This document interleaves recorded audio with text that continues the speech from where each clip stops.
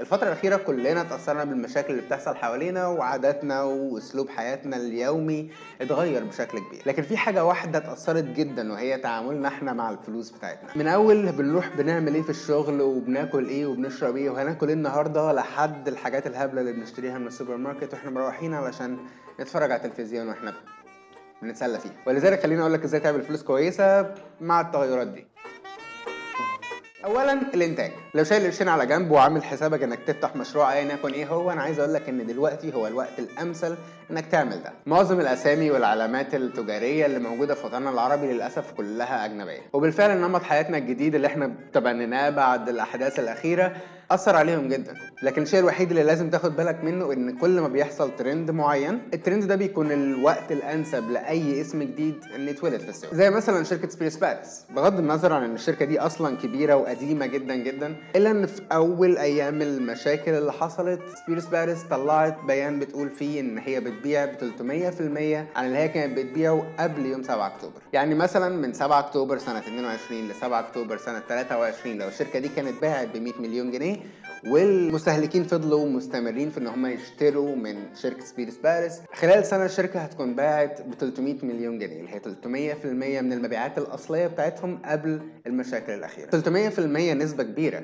لحد دلوقتي لو رحت اي سوبر ماركت تسال على سبيرس باريس للاسف مش هتلاقيها. 300% مبيعات زياده في يوم وليله معناها 300% عماله مطلوبه، 300% تخزين مطلوب، 300% توزيع مطلوب. بما اننا اتكلمنا عن النسب فخليني اقول لك 300% ده رقم كبير جدا. وفي زيادات تانية كبيرة جدا حصلت في البورصة، ولذلك خليني اكلمك عن تاني حاجة تقدر تعمل منها فلوس كتير جدا، وهي البورصة المصرية.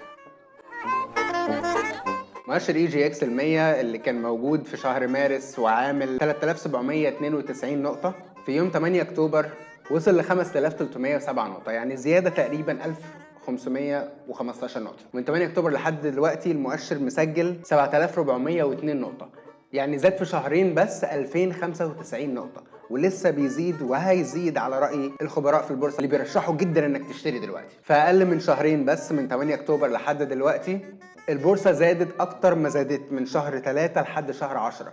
البورصة عملت في شهرين بس أكتر ما عملت خلال 7 شهور في الفترة اللي قبل كده. والزيادة المرة دي مش زي كل زيادة بتحصل، مش عارفين ان احنا دلوقتي طالعين شوية بالأسهم معناها ان كمان شوية هناخد هبد كويس وهتلاقي الأسهم كلها أسعارها نزلت بشكل كبير. المرة دي الموضوع مختلف. حركة المصريين وحركة العرب عامة للمنتجات المحلية زادت بشكل كبير جدا من 8 اكتوبر لحد دلوقتي، زادت بشكل يظهر جدا على اي مستثمر حط اي مبلغ في البورصة. في الفترة دي بالذات اقدر اقول لك وبكل اريحية ان البورصة احسن مليون مرة من استثمارك لو حطيته في الذهب. حط فلوسك في البورصة، وكمان هسيب لك لينك في الديسكريبشن لو عايز تسجل عن طريق ابلكيشن ساندر. وبما ان الاسهم زادت وبما ان الشركات بتعمل مكاسب كويسة دلوقتي، انا عايز اقول لك ان الشركات دلوقتي محتاجة فلوس اكتر من ما كانت محتاجة الاول، لان مع التوسع دوت ومع الضغط على الشركات دي انت محتاج تكبر عمالة زي ما وضحنا في شركة سبيرس باريس، ومحتاج تكبر تخزين، ومحتاج تكبر توزيع، ومحتاج تكبر حاجات كتير جدا هتكلف الشركات دي اكتر، وفي نفس الوقت هتحقق مبيعات اعلى عشان تعرف تغطي احتياج السوق. وهنا بالذات بقى احنا لازم نتكلم عن المنتج وجودة المنتج المصري. ايا يكن ايه نوع الانتاج اللي انت هتقدمه دلوقتي او اللي متقدم دلوقتي باسم صنع في مصر او صنع في اي دولة عربية، لازم يستغل الوضع الحالي في ان هو يشجع نفسه ويزود نفسه مع الوقت ويحط اسمه بشكل ثابت عن ما كان في الاول. وهنا احنا لازم ننط على النقطة الثالثة، وهو ازاي تطور من انتاجك الحالي وتعمل منه اكبر كم من الفلوس الممكن وتحافظ على نسبة الدخل ديت مع الوقت.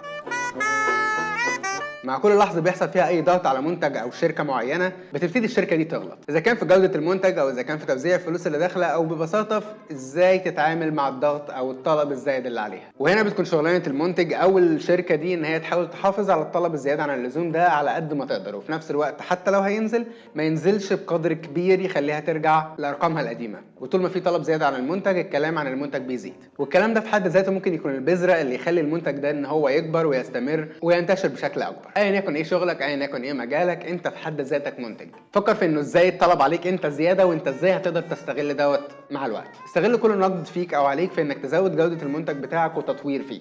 اتعامل مع الطلب الزياده ده تعامل مسؤول، ووزع وقتك ومالك في تطوير المنتج بتاعك. ولما بقول انتاج هنا ما بقصدش بس خط الانتاج اللي موجود في اي مصنع، انا بتكلم هنا عن صنايعي في شركه انشاءات تكلف بان هو يكون موجود في مدينه جديده بيبنيها. بتكلم عن مبرمج او مصمم اتطلب منهم ان هم يعملوا موقع لشركه جديده قررت تفتح وتستغل الوضع. بتكلم عن عامل في شركه موجوده دلوقتي في سوق مزدهر، والشركه دي بتكبر مع الوقت ومحتاجه ترقي موظفين من جواها. اتعلم حاجات جديده لان دلوقتي تقدر تزود من دخلك، دلوقتي تقدر تحسن منتجك. اتعلم دلوقتي لان دلوقتي احنا محتاجينك. رابعا واخيرا، اهلا بيك في عصر التواصل الاجتماعي للمره المليون. كل ترند او حدث بيحصل وبيسمع في المواقع دي بيكون وسيله ليك انك تنور وتعمل فرق في مجالك. ايا يكن ايه منتجك، ايا يكن ايه اللي انت بتعمله، السوشيال ميديا دايما وابدا بتقولك انا هنا، من فضلك استغلني. اذا كان منتجك مادي او عيني، السوشيال ميديا بتقولك من فضلك استغلني لصالحك. من المؤسف جدا ان احتاج اكتر من نص ساعه علشان بس اوصل لاصل الشركه اذا كانت مصريه ولا لا. من فضلك استوعب ان دلوقتي باترينة السوشيال ميديا هي جزء لا يتجزأ من اي مشروع ناجح ايا يكن هو. وهنا نكون وصلنا لنهايه الفيديو. شكرا جدا انك شفت الفيديو ده للنهايه. لو الفيديو فادك من فضلك اعمل لايك وشير للفيديو ده للناس اللي انت عارف ان هو ممكن يفيدهم، وخليك شاطر وما تنساش تشترك في القناه. شكرا جدا انك شفت الفيديو، اشوفك الفيديو الجاي.